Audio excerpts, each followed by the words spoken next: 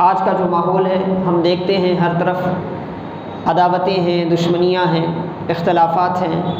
کہیں کینہ ہے، کہیں بغض ہے، کہیں حسد ہے۔ اسی انتہائی نازیبا ماحول میں مرد بھی زندگی گزار رہا ہے اور عورت بھی زندگی گزار رہی ہے۔ ایسے معاشرے میں جو بظاہر ایک انسانی معاشرہ ہے لیکن حقیقت میں معنوی اعتبار سے اگر اس کو دیکھیں تو ایک جہنم سے کم نہیں ہے، ایک عذاب دوزخ سے کم نہیں ہے۔ قبر کا عذاب ہے اپنی جگہ، آخرت کا عذاب اپنی جگہ ہے، جہنم کا عذاب اپنی جگہ ہے، لیکن آج کا انسان جو زندگی گزار رہا ہے اس کی زندگی بھی کوئی عذاب سے کم نہیں ہے۔ ایسا کیوں؟ وہ کیا عنصر ہیں جن کو اپنانے سے ہمارے گھروں کی زندگی میں سکون آ سکتا ہے، ہمارے تجارت کی زندگی میں سکون آ سکتا ہے، ہمارے معاشرتی زندگی میں سکون آ سکتا ہے؟ اس کو بھی ہم اگر دیکھنا چاہیں تو وہ چیز آپ کو کہاں ملے گی؟ محمد الرسول اللہ صلی اللہ علیہ وسلم کی مبارک زندگی میں آپ کو ملے گی۔ آقا علیہ الصلوۃ والسلام کی تعلیمات کے جھروکوں میں آپ کو آپ کے گھر کا چین بھی ملے گا، آپ کے گھر کا سکون بھی ملے گا، آپ کے معاشرے کا سکون بھی ملے گا، آپ کے خاندان کا سکون بھی ملے گا، آپ کی تجارت اور ملازمت کا سکون بھی ملے گا، آپ کی انفرادی اور اجتماعی زندگی میں جو بے کلی ہے، جو اضطراب ہے، جو پریشانی ہے، جو ذہنی دباؤ ہے، ان تمام چیزوں سے باہر نکلنے کا ایک ہی راستہ ہے اور وہ راستہ ہے محمد الرسول اللہ صلی اللہ علیہ وسلم کا راستہ۔ وہ راستہ ہے پیارے آقا علیہ الصلوۃ والسلام کا راستہ۔ اس کے لیے دنیا میں بڑے انقلابی لوگ پیدا ہوئے، انہوں نے کوشش کی، لیکن جو کامل نمونہ آپ کو رسول اللہ صلی اللہ علیہ وسلم کی زندگی میں ملتا ہے، جو 100% جسے ہم کہہ سکتے ہیں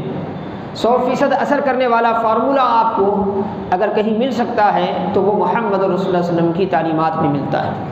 وہ آقا علیہ الصلوۃ والسلام کی تعلیمات میں ملتا ہے۔ حاضرین محترم اعزائے گرامی، آج کی اس زندگی میں ایسا کیوں ہے کہ ہم کسی بھی چیز کو پسند نہیں کرتے اور کوئی بھی چیز ہمیں پسند نہیں آتی؟ گھر کے ماحول میں ایک دوسرے کو لے کر عداوتیں ہیں، دشمنیاں ہیں، یہاں تک کہ میاں بیوی میں دشمنیاں، عداوتیں ہیں،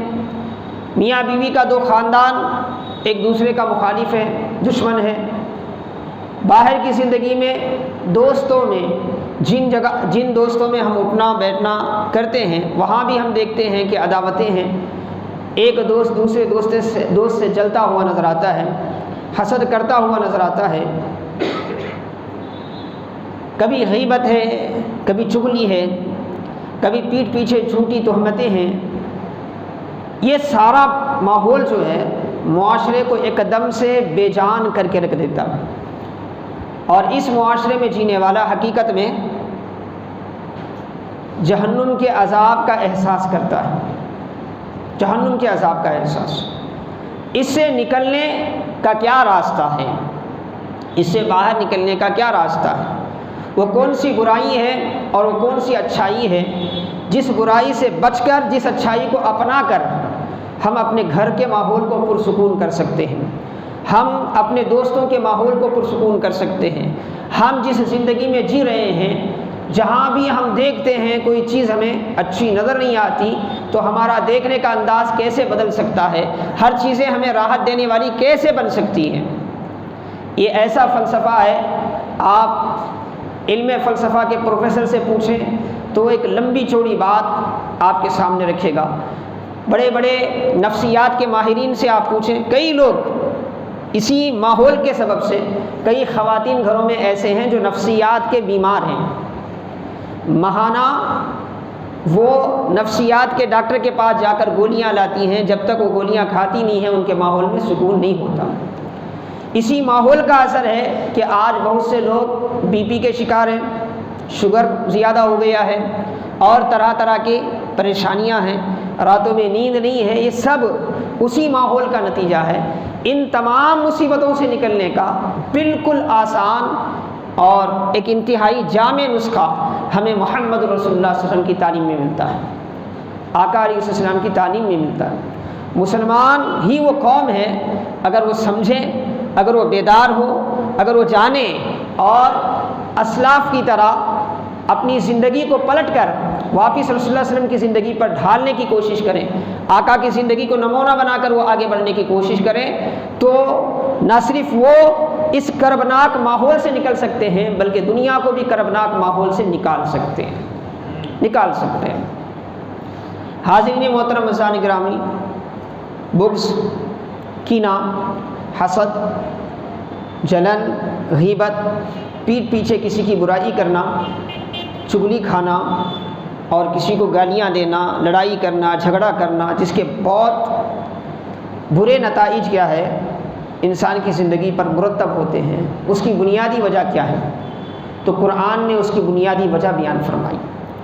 سورہ حجرات کی اس آیت میں اللہ نے اس کی بنیادی وجہ بیان کی، فرمایا یا ایھا الذین آمنوا اجتنبوا کثیرا من الظن، یا ایھا الذین آمنوا اجتنبوا کثیرا من الظن، گمان سے بچو، کثرت سے گمان کرنے سے بچو، ان بعض الظن اسم، کیونکہ بعض اوقات بعض گمان جو ہیں وہ گناہ ہوتے ہیں۔ یہ آیت شریفہ ہمارے معاشرے میں پائے جانے والے ایک انتہائی ایمانی، اخلاقی اعتبار سے بڑی بڑی قوموں کو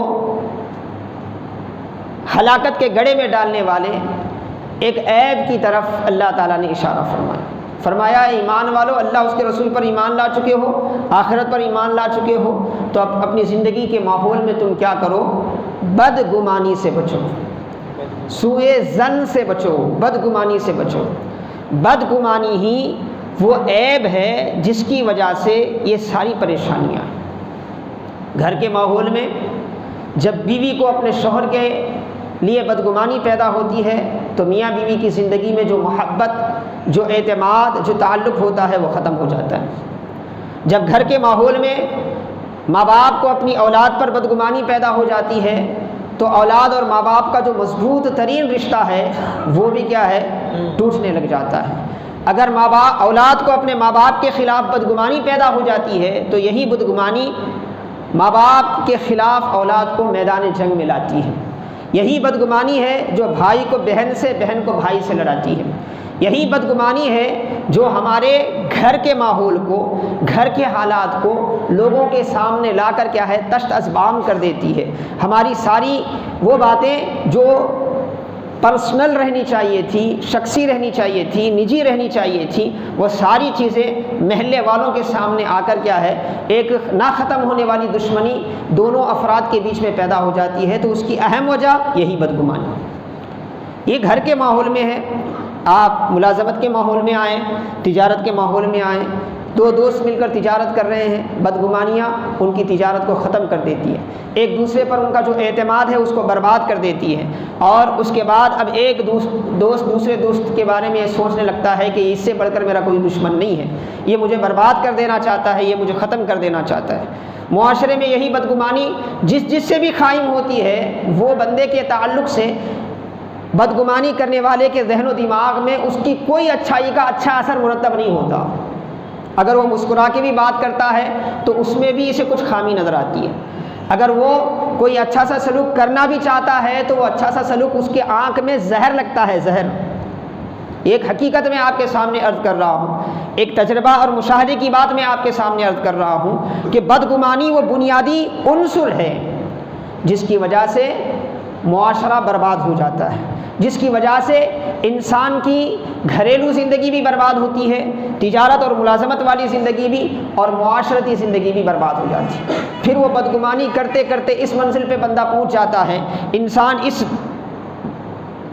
حد تک آگے بڑھ جاتا ہے کہ پھر اپنے علاوہ اسے اپنے ماحول میں کوئی اس کے لیے قابل اعتماد نظر نہیں آتا، قابل بھروسہ نظر نہیں آتا، وہ کسی پہ اعتماد کرنے کے لیے تیار نہیں ہوتا، کسی کے بارے میں وہ اچھا سوچنے کے لیے تیار نہیں ہوتا۔ یہیں سے ذہنی بیماریاں شروع ہو جاتی ہیں، اس کا بی پی ہے ہوتا ہے، وہ سوچ کے اس کا شوگر بڑھ جاتا ہے، پھر دھیرے دھیرے کیا ہے وہ نفسیاتی بیماریوں میں مبتلا ہو جاتا ہے، ڈاکٹر اسے رشٹ کرنے کے لیے نیند کی گولیاں دیتے ہیں۔